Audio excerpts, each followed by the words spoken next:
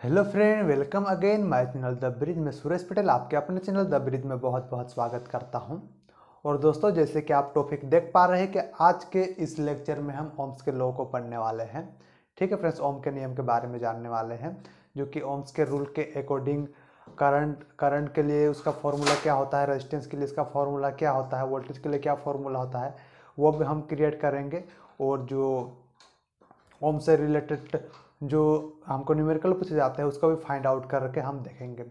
ठीक है फ्रेंड्स, तो रिक्वेस्ट रहेगी कि जो दोस्त अभी तक हमारे चैनल द ब्रिज को सब्सक्राइब नहीं किया है वो सब्सक्राइब कर ले, ताकि हमारे आने वाले सभी नए वीडियो आपको टाइम टू टाइम मिल पाए और कोई भी वीडियो मिस ना होने पाए, क्योंकि हमारे जो सारे वीडियो है वो एक दूसरे वीडियो से किसी न किसी प्रकार से कोई न कोई संबंध रखते हैं। ठीक है, तो हम बेसिक से हम स्टार्ट किए हैं हमारा जो सेशन, तो हम जीरो लेवल से लेकर हाई लेवल तक जाएंगे। तो जो स्टेप बाय स्टेप चलेंगे उनका सारा कॉन्सेप्ट क्लियर होता जाएगा और आगे उनको कोई किसी प्रकार की दिक्कत नहीं आएगी। इसलिए सभी साथ से रिक्वेस्ट रहेगी कि सभी नंबर 1 से लेक्चर से देखें, ताकि आपका सारा कॉन्सेप्ट क्लियर होता जाए। ठीक है फ्रेंड्स, तो ओम्स के लॉ क्या कहता है? ओम्स का जो लॉ दिया था वो जॉर्ज साइमन लॉ ने दिया था। तो उन्होंने क्या कहा था कि यदि किसी कंडक्टर अर्थात किसी चालक के सिरे पर वोल्टेज लगा दिया जाए तो उसमें प्रवाहित होने वाला जो करंट होता है वो वोल्टेज के प्रोपोर्शनल होता है, अर्थात वोल्टेज बढ़ेगा तो करंट भी बढ़ेगा। ठीक है फ्रेंड्स, ओके, तो हम जो देख लेते हैं ओम्स के लॉ के अकॉर्डिंग। ठीक है फ्रेंड्स, सबसे पहले तो हम इसका कुछ पॉइंट नोट कर लेंगे। ठीक है, सबसे पहले जो ओम्स का लॉ दिया था वो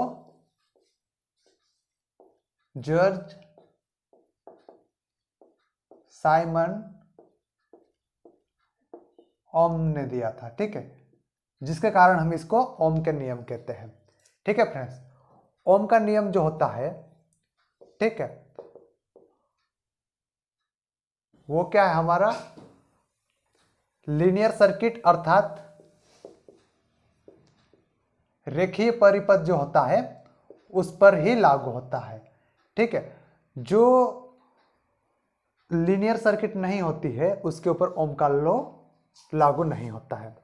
नंबर 3, ओम का लॉ जो है वो एसी एंड डीसी दोनों पर लागू होता है। ठीक है, नंबर 4, जो ओम का लॉ होता है ये क्या? बाई डायरेक्शनल एलिमेंट जो होते हैं उसके ऊपर लागू होता है। ठीक है फ्रेंड्स, तो ये कुछ पॉइंट है जो कि एग्जाम में डायरेक्टली पूछ ले जाते हैं। ठीक है, लेकिन अपना जो एसी की जहां पर एसी को हम मतलब ओम्स का लॉ लगाते हैं एसी में, वहां पर क्या होता है? हमारा जो रेजिस्टेंस आर होता है उसमें रेजिस्टेंस जो होता है हमारा रेजिस्टेंस आर होता है, उसके जगह पे क्या? इम्पीडेंस। ठीक है, इम्पीडेंस अर्थात प्रतिबाधा जिसको हम जेड से डिनोट करते हैं मान लेते हैं। आई मीन रेजिस्टेंस, जैसे कि डीसी सर्किट में रेजिस्टेंस को आर से मानते हैं, वैसे ही एसी सर्किट में जेड अर्थात प्रतिबाधा जो कि इम्पीडेंस कहते हैं उससे मानते हैं। ठीक है फ्रेंड्स, ओके, सो इसने क्या कहा था? ठीक है, इसने क्या कहा था? जॉर्ज साइमन ओम ने, मान लीजिए ये कोई एक सर्किट है या ये कोई एक एलिमेंट है। ठीक है, ये कोई एक एलिमेंट है, यदि इसके दोनों टर्मिनल पर हम सप्लाई वोल्टेज लगा दें, ठीक है, सप्लाई वोल्टेज लगा दें, अर्थात ये नेगेटिव टर्मिनल, ये पॉजिटिव टर्मिनल और ये सप्लाई वोल्टेज। ठीक है, तो उसमें क्या होगा? इस डायरेक्शन में इलेक्ट्रॉन मूव करेंगे और इस डायरेक्शन में हमारा करंट मूव करेगा। ठीक है, इलेक्ट्रॉन की जो यूनिट होती है वो क्या होती है? कूलम होती है, और करंट की यूनिट जो होती है वो आई होती है। ठीक है, और जो सप्लाई जो है हमारा वोल्ट है, आई मीन सप्लाई दे रहे हैं, वोल्ट दे रहे हैं। तो जॉर्ज साइमन ओम ने क्या कहा था कि यदि हम ये इस एलिमेंट के दोनों सिरों पर वोल्टेज सप्लाई दे दे तो इस सर्किट में इस एलिमेंट के अंदर जो वोल्टेज फ्लो होगा वह डायरेक्टली प्रोपोर्शनल होगा करंट के। ठीक है, डायरेक्टली प्रोपोर्शनल होगा करंट के। अर्थात इस सर्किट में यदि हम वोल्टेज को बढ़ाएंगे तो करंट भी बढ़ेगा क्योंकि डायरेक्टली प्रोपोर्शनल है। ठीक है, वो किस कंडीशन में होगा वो आपको बताता हूं मैं। ठीक है, जिससे कि आपके सारे डाउट क्लियर हो जाएंगे। ठीक है फ्रेंड्स, तो मान लीजिए जॉर्ज साइमन ने क्या किया अपने एक्सपेरिमेंट में। ठीक है, अपने एक्सपेरिमेंट में मान लीजिए यहां पे सबसे पहले क्या करा, उसने 1 वोल्ट की बैटरी लगाई। ठीक है, 1 वोल्ट की बैटरी लगाई तो मान लीजिए यहां पर आई में 2 एम्पियर का करंट फ्लो हो रहा था इस सर्किट में। इस सर्किट में जब जॉर्ज साइमन ओम ने अपने एक्सपेरिमेंट, मान लीजिए पहला एक्सपेरिमेंट किया उन्होंने, उसमें 1 वोल्ट की बैटरी लगाई और उसमें उन्होंने पाया कि उसने जो वोल्टेज है, ठीक है, वोल्टेज और करंट, ठीक है, 1 ओम का वोल्ट लगाया उन्होंने तो करंट जो था हमारा 2 एम्पियर फ्लो हो रहा था। उन्होंने ऐसा पाया। उसके बाद में उन्होंने क्या किया कि यहाँ 1 वोल्ट के जगह पे 2 वोल्ट की बैटरी लगा के देखी।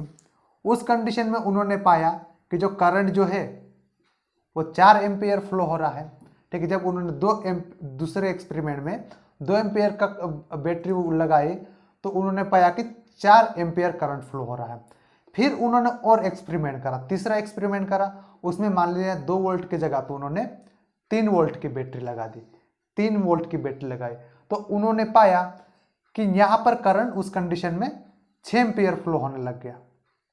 तो 6 एम्पियर फ्लो होने लग गया तो उससे उन्होंने स्पष्ट हुआ, जो कि ओम्स सबसे पहले ओम्स का लॉ दिया था, जॉर्ज साइमन लॉ ने दिया, जॉर्ज साइमन ने दिया था। ठीक है, जॉर्ज साइमन ओम ने, तो उन्होंने पाया कि जो हमारा वोल्टेज जो होता है वो करंट के डायरेक्टली प्रोपोर्शनल होता है। अर्थात वोल्टेज बढ़ रहा है तो करंट भी बढ़ रहा है। जब उन्होंने 1 वोल्ट सप्लाई दी, ठीक है, तो उस कंडीशन में जो करंट हमारा 2 एम्पियर फ्लो हो रहा था, फिर उन्होंने वोल्टेज को दुगना कर दिया, अर्थात 1 से 2 गुना कर दिया, तो करंट जो था वो भी 2 गुना हो गया, अर्थात 2 से 4 हो गया, अर्थात 2 गुना हो गया, और वोल्टेज भी 2 गुना हो गया। उन्होंने थर्ड एक्सपेरिमेंट किया फिर देखने के लिए, फिर 3 गुना कर दिया करंट को। ठीक है, 3 गुना कर दिया, पहले 1 दिया था अब 3 गुना कर दिया, तो उसके बाद में करंट जब देखते हैं तो करंट भी 3 गुना हो जाता है, अर्थात 6 एम्पियर हो जाता है। तो इसी के अकॉर्डिंग ये एक्सपेरिमेंट करने के बाद उन्होंने दिया कि अपने लॉ में कि जब हम किसी एलिमेंट, ठीक है, या किसी चालक में या किसी कंडक्टर में के दोनों टर्मिनल पर अगर वोल्टेज लगा दिया जाए, ठीक है, तो उसमें जो करंट फ्लो होगा वो वोल्टेज के प्रोपोर्शनल होगा। ठीक है, वोल्टेज के प्रोपोर्शनल होगा। ठीक है, ओके, वोल्टेज के प्रोपोर्शनल होगा। ठीक है, तो इसी के अनुसार बोला था उन्होंने कि अगर उन्होंने देखा कि पहले 1 वोल्ट दिया तो करंट जो था 2 एम्पियर था, उन्होंने दुगना किया करंट को, तो दुगना वोल्टेज किया तो करंट जो था वो भी दुगना हो गया, अगर 2 से 4 हो गया। फिर उन्होंने 3 गुना किया, ठीक है, 1 का 3 गुना किया अर्थात 3 वोल्ट किया, तो यहाँ पर भी 2 का 3 गुना हो गया। तो इसी के कारण उन्होंने बोला कि जो वोल्टेज जो है वो हमारे करंट के डायरेक्टली प्रोपोर्शनल होता है। ठीक है, ओके फ्रेंड्स, सो अब हम कुछ और आगे देख लेते हैं। ठीक है, इसका फॉर्मूला देख लेते हैं हम अभी। ठीक है, तो उन्होंने क्या कहा था, जो वोल्टेज जो है करंट के डायरेक्टली प्रोपोर्शनल होता है। ठीक है, जब हम वोल्टेज से फिर प्रोपोर्शनल का सिंबल हटाएंगे तो यहाँ एक कांस्टेंट नियतांक जो लग जाएगा वो आर लग जाएगा और आई का आई रहेगा। ठीक है, इसको हम V इक्वल आई आर लिख सकते हैं। ठीक है, तो ये फॉर्मूला जब निकल के आता है ओम के नियम के अनुसार वोल्ट के लिए निकल के आता है, जब हमको वोल्टेज फाइंड आउट करना होता है तो हम I इंटू आर, जो कि एक नियतांक आर है, ये क्या है, इस सर्किट का रजिस्टेंस है। ठीक है, जिस कंडक्टर में हम करंट फ्लो करवा रहे हैं उसका रजिस्टेंस होता है। ठीक है, तो वोल्टेज फाइंड आउट करना होता है तो ये फॉर्मूला हमारा जाता है V इक्वल आई आर। ठीक है, उसके बाद में अगर हम इन्हीं को आपस में एक्सचेंज कर देंगे और हमें करंट फाइंड आउट करना रहेगा, तो हमारा फॉर्मूला आ जाएगा V बाई आर। ठीक है, V बाई आर। तो इस फॉर्मूले से हम करंट फाइंड आउट कर सकते हैं। और जब हमें रजिस्टेंस निकालना होता है तो इसी को आपस में चेंज कर देंगे, तो रजिस्टेंस के लिए हमारा आ जाएगा V बाई आई। ठीक है, तो ये तीनों फॉर्मूले होते हैं जो कि ओम के नियम के अनुसार निकल के आते हैं। ठीक है, ये फॉर्मूला जो है हमारा वोल्टेज के लिए, ये करंट के लिए और रेजिस्टेंस के लिए। ठीक है, तो इन फॉर्मूलों को याद करने की एक ट्रिक है, एक ट्रिक भी है जो कि मैं आपके साथ शेयर करूंगा, ताकि आपको इस फॉर्मूले को याद करने में दिक्कत जाएगी वो नहीं जाने वाली है। आपको फॉर्मूला भी याद करने की आवश्यकता नहीं है, उस ट्रिक से आप जब चाहे, जब आपको अगर डाउट होता है तो निकाल सकते हैं। ठीक है, ओके फ्रेंड्स, तो हम यहाँ पे लिख लेते हैं वोल्टेज का फार्मूला क्या है हमारा, V I इंटू आर। ठीक है, ये वोल्टेज का फॉर्मूला हो गया। ओके, नंबर 2, करंट के लिए फॉर्मूला निकाल लेंगे, तो करंट के लिए क्या है, V अपॉन आर। ठीक है, आर अर्थात रेजिस्टेंस। और तीसरा फॉर्मूला हमारा है रेजिस्टेंस निकालने के लिए, आर V अपॉन आई। ठीक है, ये फॉर्मूला है। तो इन फॉर्मूले को याद करने की एक ट्रिक है। ठीक है,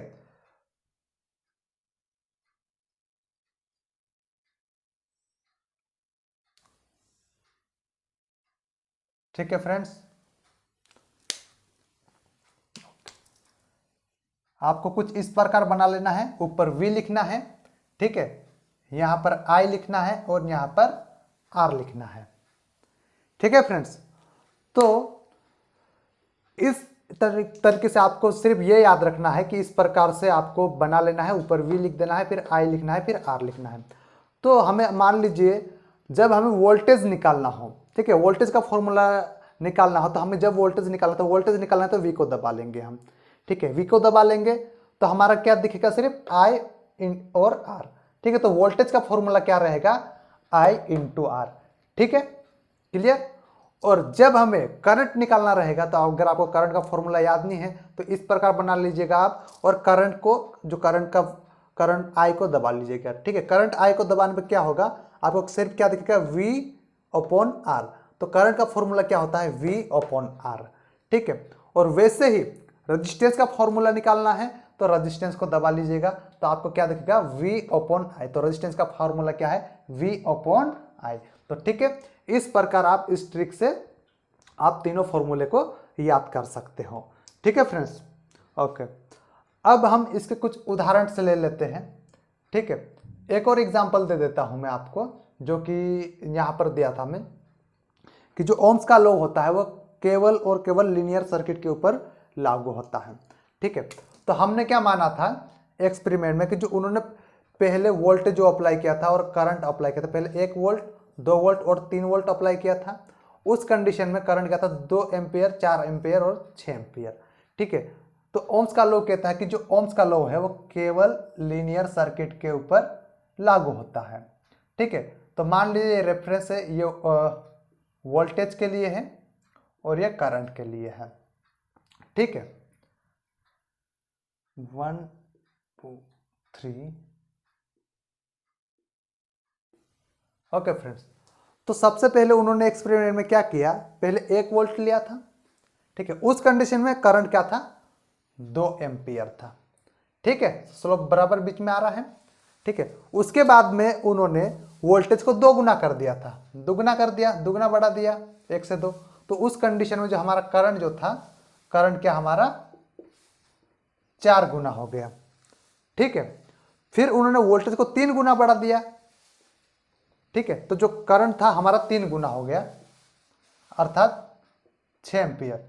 तो उन्होंने पहले जब 1 वोल्ट अप्लाई किया तो करंट 2 वोल्ट 2 एम्पियर था। उन्होंने जैसे वोल्टेज 2 गुना किया तो करंट पहले 2 था, 2 का दुगना हो गया, 4 एम्पियर हो गया। फिर उन्होंने 1 से 3 गुना वोल्टेज बढ़ा दिया, तो जो करंट था वो भी 2 से 3 गुना बढ़ गया, अर्थात 6 एम्पियर हो गया। तो उसके बाद में जब हम, ठीक है फ्रेंड्स, जब हम यहां पे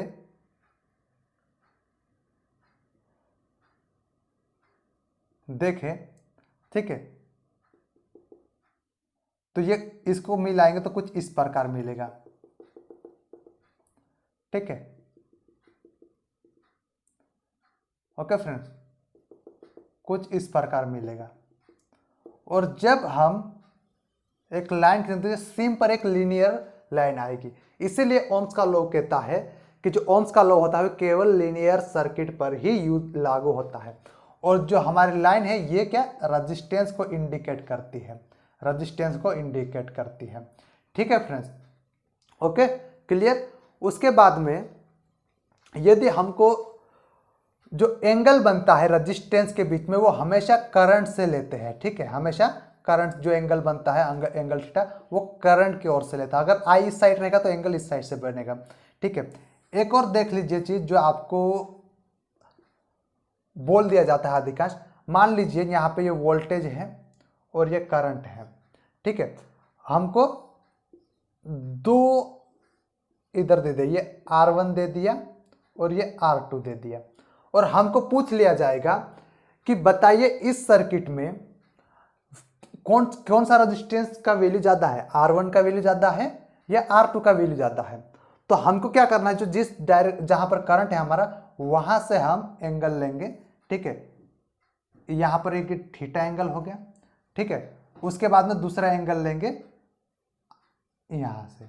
ठीक है, तो मान लीजिए R2 के लिए छोटा एंगल है और R1 के लिए बड़ा है, तो जिसका बड़ा एंगल रहेगा उसका रेजिस्टेंस अधिक रहेगा, अर्थात R1 का वैल्यू अधिक रहेगा। ठीक है फ्रेंड्स, इस प्रकार हम कर सकते हैं। ओके फ्रेंड्स, अब जो हमने फॉर्मूले तीनों फॉर्मूले निकाले हैं इनमें हम कैसे करंट, वोल्टेज और रेजिस्टेंस को निकाल सकते हैं उसको देखेंगे। ठीक है फ्रेंड्स, ओके। तो मान लीजिए हमारा एक सर्किट दिया है। ठीक है, ये सर्किट दिया है।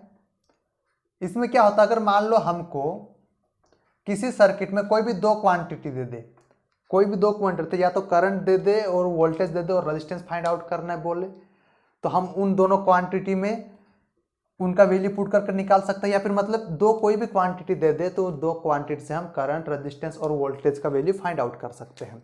मान लीजिए हमको दे दिया उन्होंने कि 2 वोल्ट सप्लाई दिया हमने। ठीक है, 2 वोल्ट सप्लाई दिया। ठीक है, और 4 एम्पियर जो है हमारा करंट फ्लो हो रहा है। तो वो बोल रहे कि रेजिस्टेंस जो है वो कितना होगा फाइंड आउट कीजिए। तो हमने फॉर्मूला निकाला रेजिस्टेंस को फाइंड आउट करने के लिए, R बराबर V ओपन I। तो रेजिस्टेंस फाइंड आउट करने के लिए हम क्या करेंगे, R equal V open I। तो रेजिस्टेंस के लिए, ठीक है, R वोल्टेज का वैल्यू क्या है 2। ठीक है, और करंट का वैल्यू क्या है 4 एम्पियर। ठीक है, तो उसके बाद में हम जो रेजिस्टेंस का वैल्यू आ जाएगा ये आ जाएगा। ठीक है, ठीक उसी प्रकार मान लीजिए अब उन्होंने क्या करा, ठीक है, उन्होंने क्या करा, यहां पे रेजिस्टेंस का वैल्यू दे दिया हमको 2 एम्पियर और वोल्टेज 4 वोल्ट दे दिया, और बोल देंगे करंट क्या है फाइंड आउट कीजिए। तो करंट का फार्मूला क्या है V अपॉन R। तो करंट फाइंड आउट करने के लिए हम क्या करेंगे, करंट का फार्मूला जो हमारा है V अपॉन R, तो उसमें हम उनका वैल्यू पुट करेंगे। वोल्टेज का वैल्यू क्या है 4 और करंट का वैल्यू क्या है 2। ठीक है, तो इसको काट देंगे तो ये आ जाएगा हमारा करंट का वैल्यू 2 एम्पियर। ठीक है, ये ओम में आएगा। ओके फ्रेंड्स, उसके बाद में अगर हमको मान लीजिए वोल्टेज फाइंड आउट करने के लिए बोल दिया और इसका वैल्यू 5 ओम दे दिया रेजिस्टेंस का, और करंट का वैल्यू हमको 5 ओम दे दिया, और resistance find out voltage find out करना है कि हमने कितना वोल्ट देंगे तो 5 एम्पियर करंट फ्लो होगा और इसमें 5 ओम रेजिस्टेंस रहेगा। तो वोल्टेज का फॉर्मूला क्या हमारा V equal I into R। तो वोल्टेज के लिए V equal I into R, तो V करंट कितना है 5 एम्पियर इंटू रेजिस्टेंस कितना है 5 एम्पियर, तो वोल्ट कितना हो जाएगा हमारा 25 वोल्ट। ठीक है, तो इसकी यूनिट भी याद रखिएगा, जो वोल्ट है वोल्ट की यूनिट, वोल्टेज की यूनिट क्या है वोल्ट, ठीक है। करंट की यूनिट जो है वो एम्पेयर और रेजिस्टेंस की यूनिट जो है वो ओम्स है।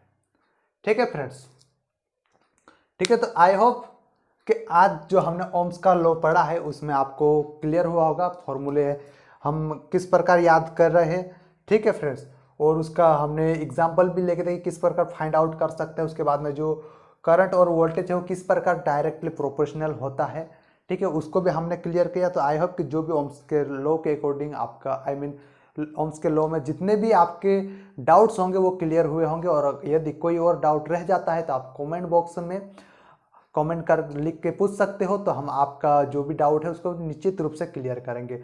और साथ ही रिक्वेस्ट रहेगी फ्रेंड, जो साथी अभी तक हमारे चैनल द ब्रिज को सब्सक्राइब नहीं किया है तो हमारे चैनल को सब्सक्राइब कर ले, ताकि जो भी हमारे आने वाले वीडियो है वो आपको टाइम टू टाइम मिल पाए और कोई भी वीडियो मिस ना होने पाए। ठीक है फ्रेंड्स, तो मिलते हैं नए एक और टॉपिक के साथ, तब तक के लिए थैंक यू फॉर वॉचिंग।